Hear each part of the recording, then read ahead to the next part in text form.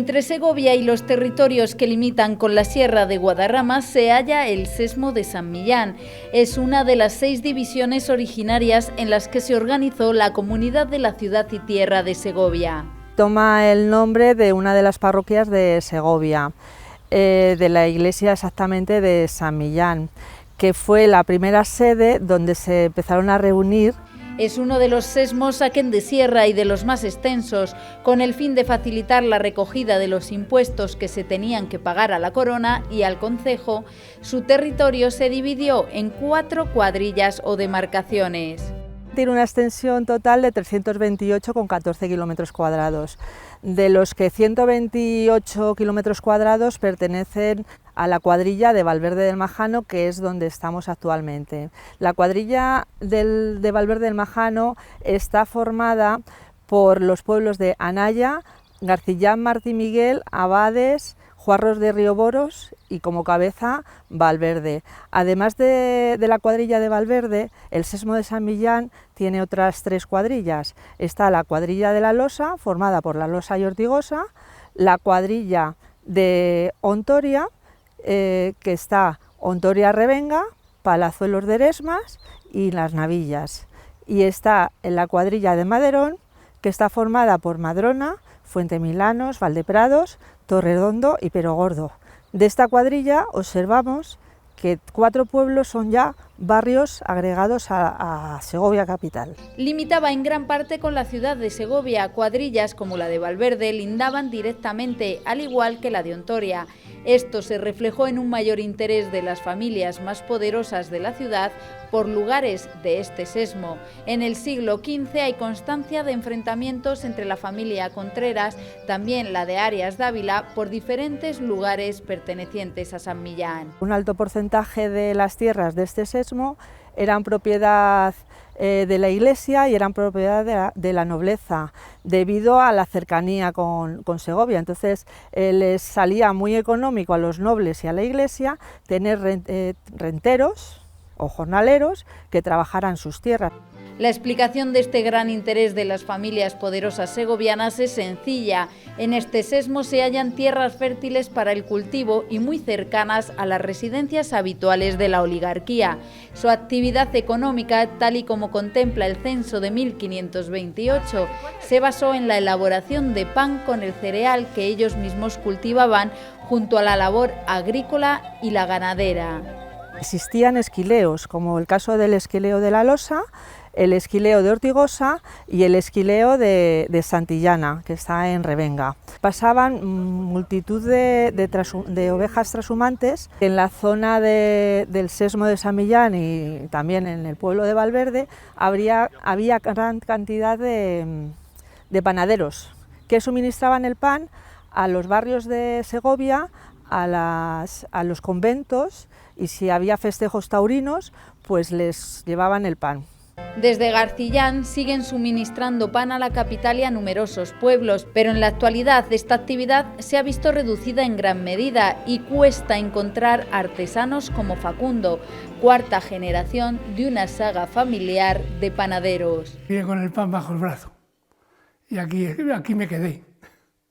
Aunque mi padre quería que me hubiera ido siempre, pues eso, lo primero de cura, que venían los frailes a buscar chicos y todos se iban. Y mi padre decía, ¿y tú no te vas?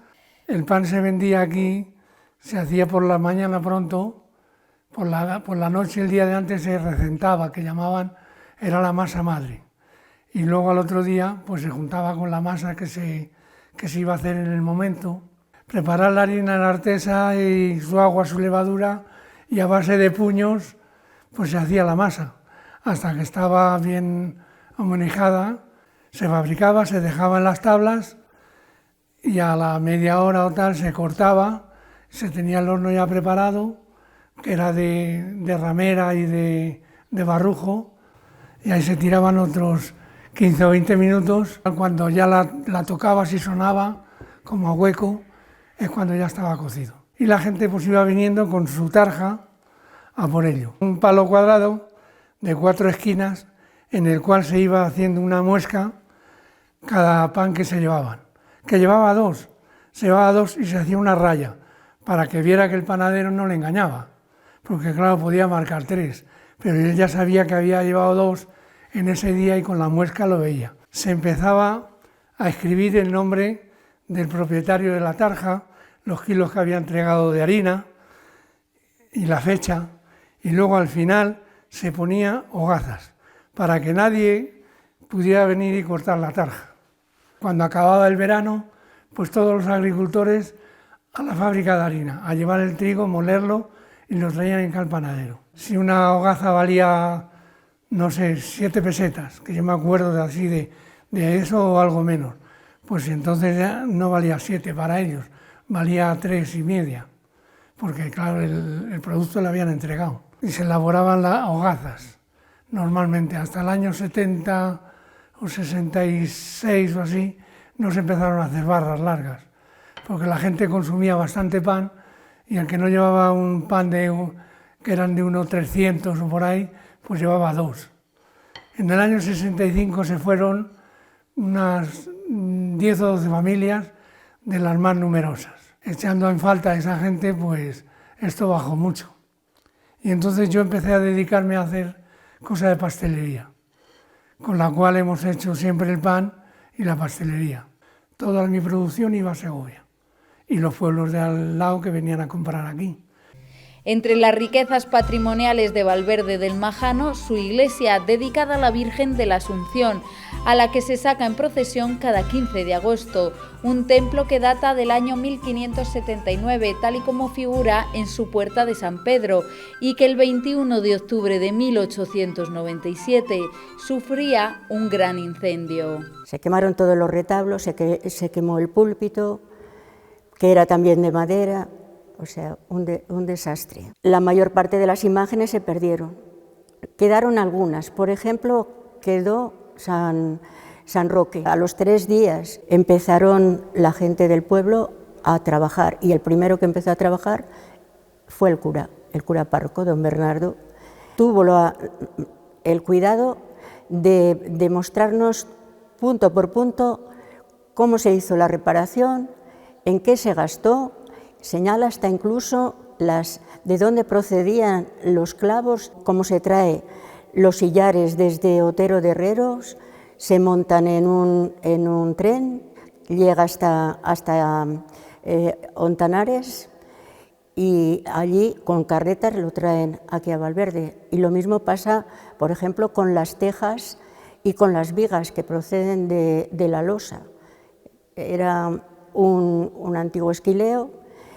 Y como estaba sin uso, pues lo que hicieron fue vendernos a Valverde las tejas que tenían y las vigas que tenían. Lo pagaron los vecinos a base también de trabajos comunales, o sea, de la gente. Unos ponían las carretas, otros ponían las caballerías, el que no tenía caballerías pues iba a trabajar para esta construcción. El 21 de octubre del 97 se quema la iglesia, pues el día de la Inmaculada del 98 ya se bendice la iglesia. Faltaron 2.000 pesetas para poder pagar los gastos de la construcción. Pero fue don Bernardo el que puso esas 2.000 pesetas. En este incendio se quemaba también la imagen de la Virgen de la Aparecida, que se hallaba en 1623 durante unas obras en la ermita de la antigua aldea de Mazuelos. Se ponen a cavar los cimientos para hacer los colgadizos. Y cuando están cavando, notan que con algo duro han chocado. Y lo que han chocado es con un sepulcro. Quieren empujar los 2 albañiles y les es imposible. El ermitaño tampoco puede empujar suficiente para quitar la losa. Entonces ven que están unos labradores labrando, llegan, empujan y pueden correrla. Lo que encuentran dentro del sepulcro es un cadáver ya, pues podríamos decir que es el esqueleto que ocupa la mayor parte del sepulcro, y en otra pequeña parte hay una urna. Y entonces descubren que hay una virgen de madera, de pequeño tamaño porque mide 41 centímetros, con la cara morena. Es una virgen que está sentada en una especie de trono de silla y delante de sus rodillas tiene al niño Jesús. La imagen actual es muy parecida a la talla que se quemó y en honor a ella los valverdanos celebran cada año una romería el fin de semana de junio más cercano a San Antonio.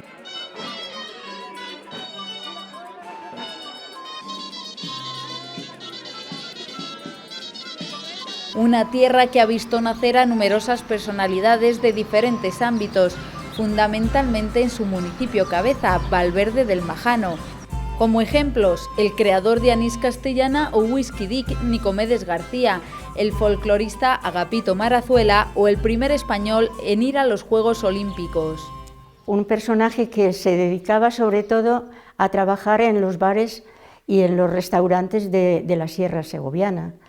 Y para llegar allí iban con los esquís, iban con los esquís, y eso le dio la fuerza, podríamos decir, y el conocimiento de esta actividad. Francisco García Ayuso fue un gran orientalista, fue filósofo y sobre todo fue un gran dominador de lenguas semíticas. Académico de la Real Academia de la Lengua, ocupando la silla U, desde el año 1894 al 97. Manuel José fue un personaje que nació en 1811 en Valverde del Majano, cogió un barco y fue a parar a Perú. En Perú vio que no tenía mucho nivel de desarrollo económico y al final cogió un ballenero y fue a Nueva Zelanda.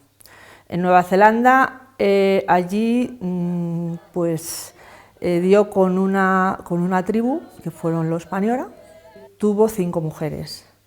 De esas 5 mujeres, actualmente hay unos más de 30.000 descendientes de Manuel José. Nicomedes nos ha dado trabajo y nos ha dado estabilidad en Valverde, que algunos se han mantenido aquí gracias al polígono industrial. Eso nos está dando, ya digo, pan y trabajo. Se dedicó a comprar parcelas, a comprar tierras, fue empezando a abrir camino en el polígono, a construir, por ejemplo, calles, a montar pequeñas industrias. Estamos en la Casa de la Música, edificio que lo que hace es ilustrar a uno de los mejores dulzaineros y músicos que hemos tenido en el siglo XX. Nació en 1891 de una familia bastante humilde, su padre se dedicaba, era arriero. Como Agapito tenía un problema en sus ojos y veía muy poco, pues no le gustaba mucho ir a la escuela porque no veía y tenía muchas dificultades para escribir y demás. Entonces se le llevaba a su padre y su padre tocaba la bandurria y le enseñó también a tocar la guitarra. Fue un gran guitarrista, de los mejores. La guerra después pues le castigó y le hicieron polvo las manos y no podía, podríamos decir, pues dedicarse a la guitarra y empezó de nuevo a tocar la dulzaina. En 1932 Agapito ganó el primer premio nacional de recogida de documentos y de partituras sobre canciones tradicionales. Se interesó mucho por la recopilación de esas piezas, tanto por la parte de la música como, por ejemplo, por parte de las letras de las canciones. Y había también, ya digo, canciones tradicionales, por ejemplo, lo de la cigüeña. Yo me quedé clisado con la cigüeña que estaba de batallar con la culebra como revolotea, como repiquetea. Ejemplo de que el folclore y las tradiciones siguen latiendo en esta tierra es Lorenzo, danzante y artesano de cuyas manos salen muchos de los palos que se usan en las danzas de la provincia en la actualidad. Digamos que esto es lo bonito que tiene la madera, que dices, pues aquí está el palo de palotear. Y cogemos, le hacemos cuadrado, como veréis, y luego pues sale la forma.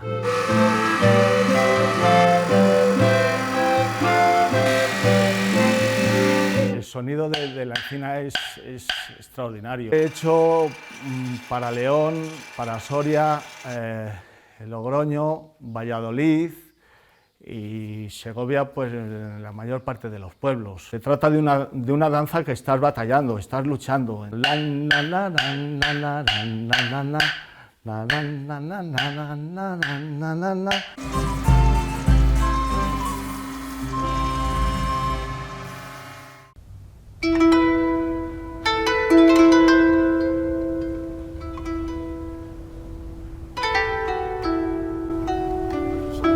San Lorenzo o San Llorente es otro de los territorios en los que se dividió la tierra de la comunidad y de los más pequeños en extensión.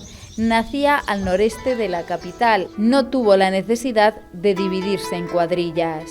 Es pequeñito, pero es de los primeros, por tanto está asociado a una de las fases básicas de constitución de la ciudad, y la cabeza del sesmo es evidentemente Brieva, ¿no?, el lugar en el que estamos. Eran en su origen 17 los pueblos, los núcleos que lo formaban.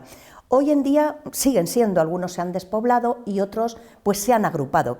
Entre ellos Adrada de Pirón, Ajejas, que hoy es un despoblado, Basardilla, Brieva, Espirdo, La Higuera, Losana de Pirón, Peñarrubias, Santo Domingo de Pirón, Sonsoto, Tabanera del Monte, Tenzuela, Tizneros, Torre Caballeros, Cabanillas, Torre Iglesias y Tres Casas. Es esa zona de expansión que va entre Sotosalvos y el Valle del Pirón. ¿Por qué San Lorenzo? Pues hay teorías que dicen que tal vez sea por la cercanía o la facilidad de ser la última parroquia por la cual tú podías coger el camino dirigiéndote a Brieva directamente. Fue de los primeros 6 sexmos que se fundaron. Sexmos, esta repartición de la tierra meramente pues administrativa y fiscal, porque aquí se recaudaban los impuestos para el rey.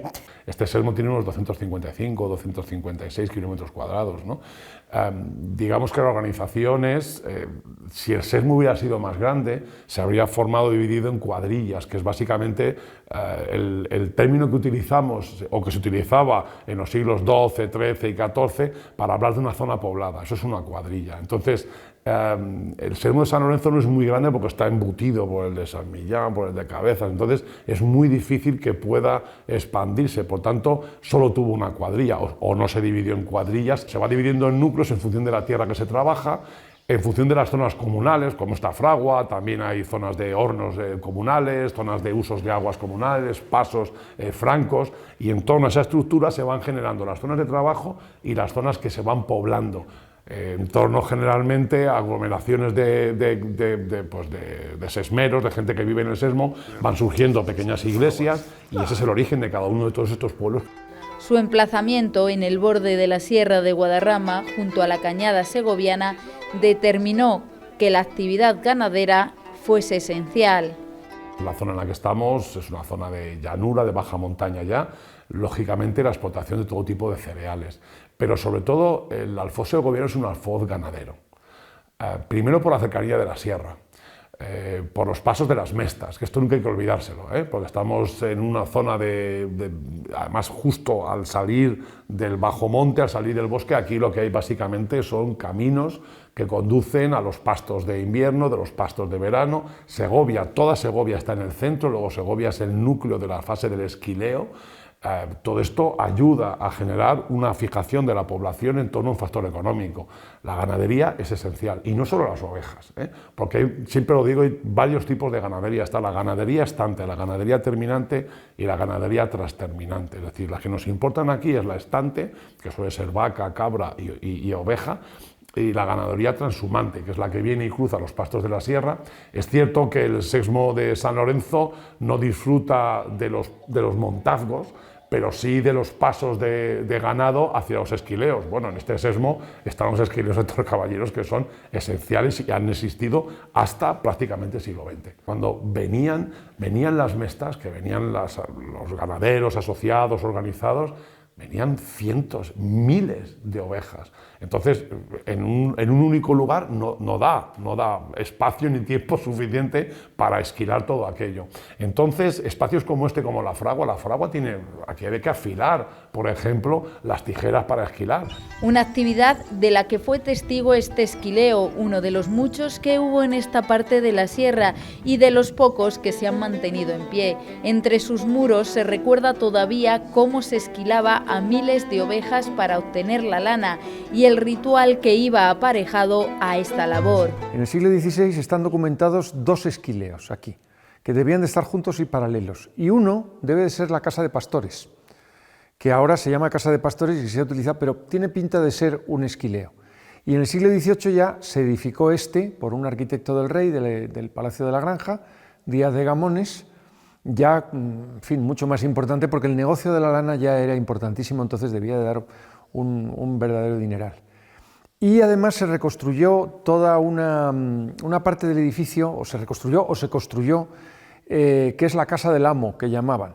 El amo era el marqués de Lozoya, que era un gran ganadero, uno de los ganaderos segovianos, que tenía 2 esquileos, este y el de Torrecaballeros, que pertenece ahora, lo que queda de él, ese lo hizo Juan de Herrera, el arquitecto del Escorial, mucho más grande que este. Este era el más pequeño de los 40 esquileos que había en Segovia. Y la casa del amo tenía como función, solo se usaba, igual que el esquileo, un mes al año, un mes y medio, tenía como función invitar a toda la nobleza segoviana y a todas las fuerzas vivas a contemplar las labores de esquileo, a vigilarlas también, claro está, venía el amo con toda su familia, y a dar de merendar, vamos, era una pequeña fiesta social, en una palabra. Ha estado en poder de 2 familias durante los 500 años, los Bermúdez de Contreras, que es una familia de ganaderos originaria de Cuéllar, que acabó en otra familia de Medina del Campo, se desinteresaron de los ganados y lo vendieron entonces a unos antepasados de los marqueses de Lozoya. No a los propios marqueses, sino, digamos, al abuelo de una marquesa, un gran ganadero segoviano, originario de Pedraza, que se llamaba don Gabriel de Herrera y Silva, una familia también muy distinguida. Y luego lo heredó su nieta, marquesa de Lozoya por matrimonio, y desde entonces está en esa misma familia. Ha pertenecido a los Contreras, a los Peñalosa y ahora a los Ceballos Escalera, que soy yo, pero todos de la familia de los marqueses de Lozoya.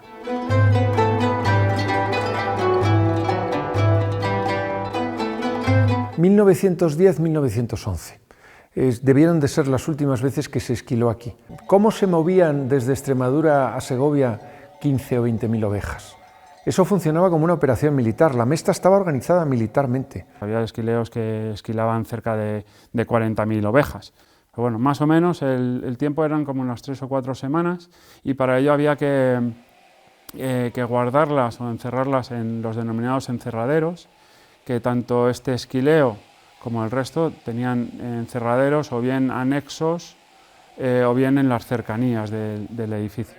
Aquí, por ejemplo, hay 2 manzanas del pueblo, que eran antiguos encerraderos, donde las ovejas bien esperaban a ser esquiladas o después de ser esquiladas las guardaban durante un tiempo.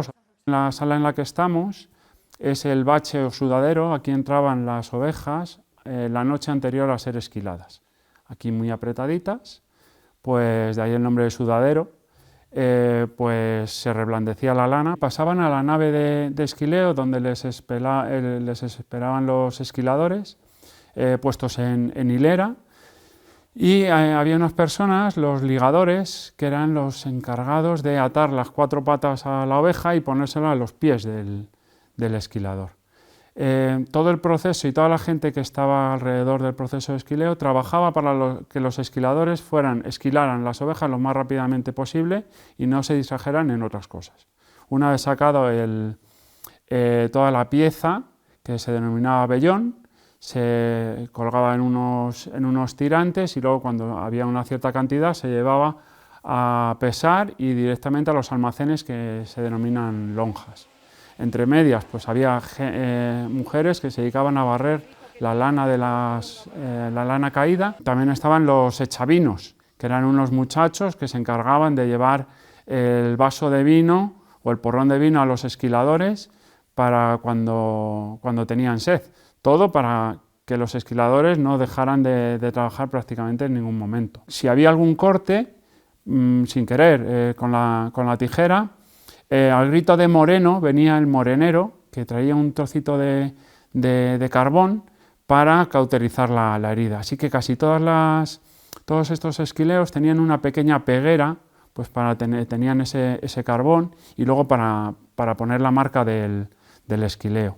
Los domingos y fiestas de guardar había que ir a misa, el precepto era obligatorio ir a misa, y por tanto todos los esquileos tenían su capilla para que los esquiladores pudieran escuchar misa mientras esquilaban. Solo paraban en el momento de la consagración. Hoy día ni podemos imaginarnos lo que era manejar, mover esas ovejas, ni tampoco podemos hacernos idea del jaleo que habría aquí. David ha descrito un poco cómo eran las operaciones, pero aquí debía de haber un jaleo de gente esos días, ese mes y medio, esas 3 semanas, imponente. Eso movía muchísima gente. Aquí se cocía pan, se hacía comida para varias decenas de personas, más bien cientos. Venían en fin, digamos, la nobleza segoviana a merendar. No, debía de ser una cosa espectacular. De ruidos, de olores, hoy día es imposible. Quiero decir, las bodas que podemos celebrar aquí para apagar los tejados de este edificio tienen ruido y tienen olores, pero muy distintos, no son los mismos. Actividad que generó también los conflictos más importantes del Sesmo. Los conflictos son permanentes, el uso de los caminos, uso de los privilegios, los derechos de paso. El censo de Pecheros de 1528, que recopiló los impuestos pagados a la corona por los habitantes, habla de que en este territorio cogían mucho pan y lino, una actividad que hoy se recuerda gracias a la recuperación de algunas de las pozas en las que se trataba esta planta que se usaba para la producción de tejidos. El año 1221 son las primeras noticias escritas sobre el cultivo del lino, precisamente en este sesmo, en una concordia entre el monasterio de Santa María de la Sierra, en Collado Hermoso, con distintos pueblos de este sesmo. El lino se cultivaba gracias al agua de las caceras, se sembraba en el mes de abril y durante su crecimiento había que regarlo periódicamente. En el mes de agosto el lino se arrancaba de raíz y se hacían haces como este. Estos haces se les quitaba la simiente, la semilla, para utilizarla al año siguiente, o bien en otros casos para utilizarla para hacer aceite de linaza en distintos molinos que había, y posteriormente se echaba en remojo en estas pozas. Antiguamente se denominaba este proceso cocer el lino. Aquí lo que se hacía era sumergir los haces de lino y poner una piedra encima para que siempre estuviera cubierta de agua. Durante varias semanas se realiza un proceso biológico que lo que hace es que se pudre la corteza y se queda la fibra, ¿vale? En este caso, este haz se quedaría en esto, prácticamente hilo. Esto habría que espadarlo, rastrillarlo y luego hilarlo en las ruecas, que lo hacía la gente, las mujeres, generalmente en las noches de invierno, quedaban en casas e hilaban comunalmente, ¿no? Lo que se denominaba el hilandero en algunos casos. Y posteriormente se hacían madejas, se blanqueaban las madejas y el lino era de buena calidad para luego producir esto, sábanas, camisas, o bien se dejaba en crudo porque era un poquito más vasto y se hacían los costales pues para ir al molino a por al grano. Entonces, en estas pozas se realizaba el proceso más importante, puesto que el lino, la fibra, tenía que quedar en su punto. Había una persona, generalmente en todos los pueblos, que tenía ya experiencia y se encargaba de catar el lino. si veía que estaba bien, pues decía, hay que sacarlo, porque era tan malo que se quedase corto de poza, es decir, que estuviera demasiado poco tiempo, como que se pasase de poza. A finales del siglo XIX, cuando esta industria ya está muy decaída, se habla de 3.000, 4.000 arrobas, que serían unos 40 y tantos mil kilos aproximadamente. Cada arroba son 11 kilos y medio, pues más o menos hacer un poco ese cálculo, ¿no?, de arrobas de lino que se sacaban. Las pozas de lino son comunales, las fraguas son comunales, los hornos de pan son comunales, es decir, hay un espacio común y la sociedad se desarrolla en torno a ese espacio común. En este caso, este tipo de explotaciones, de producciones, lo que hacen es complementar determinadas necesidades que tiene la sociedad. Entonces, en estos sesmos que están pegaditos a la Sierra de Guadarrama, es muy importante ver cómo la diversificación del uso de los recursos, valga la redundancia, ¿no?, es algo absolutamente asombroso, ¿no? Yo creo que la producción de lino, el uso de los espacios para los esquileos, el movimiento de las aguas, la construcción de martinetes, las construcciones de batanes, todo esto lo que nos enseña es que en este tipo de espacios la naturaleza, la sociedad se integra, las comunidades se integran dentro de esa sociedad conformando algo absolutamente único. Yo creo que la recuperación de este espacio es magnífica, no solo por las especies maravillosas de anfibios que se están protegiendo, sino por un recuerdo a esa autosuficiencia, pero esa forma de vivir en comunidad que tenían los sesmos. Se llenaba con el agua de las caceras.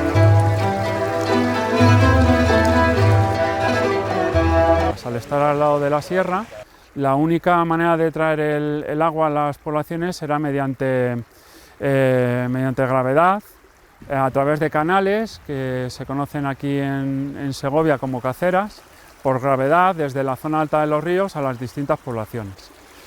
Una de las características que tenemos aquí también en este sesmo es que este agua se comparte más bien entre distintas poblaciones, con lo cual esta infraestructura sirve para varias poblaciones.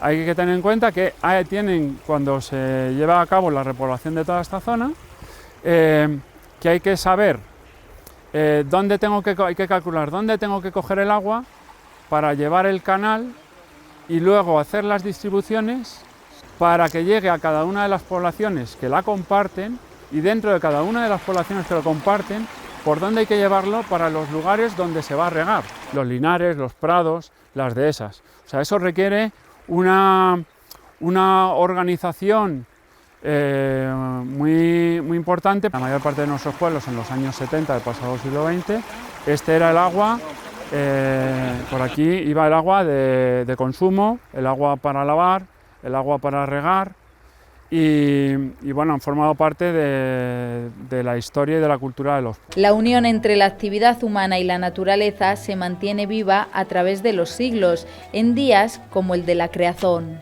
Ese día es una limpieza comunal de todos los vecinos que forman la cacera de San Medel, cacera del río Pirón, 40 kilómetros de recorrido, y todos se unen el sábado anterior al día de San Juan, en junio, para limpiar las caceras. Aguas arriba, los más fuertes tienen que rastrillar todos los desbroces vegetales que han ido quedando, residuales, y luego una parte aguas abajo, el resto de la población, que nos dedicamos a desenterrar esas letras que marcaban los límites de unos pueblos y de otros. Acaba esta fiesta del Día de la Creazón con un almuerzo comunal entre todos los vecinos, todos los habitantes del sexmo, que se pone en común esa merienda entre todos, ese sentimiento de pertenencia, de comunidad tan importante. Patrimonio natural, etnográfico y artístico que perdura gracias a las gentes que habitaron, habitan y habitarán esta tierra.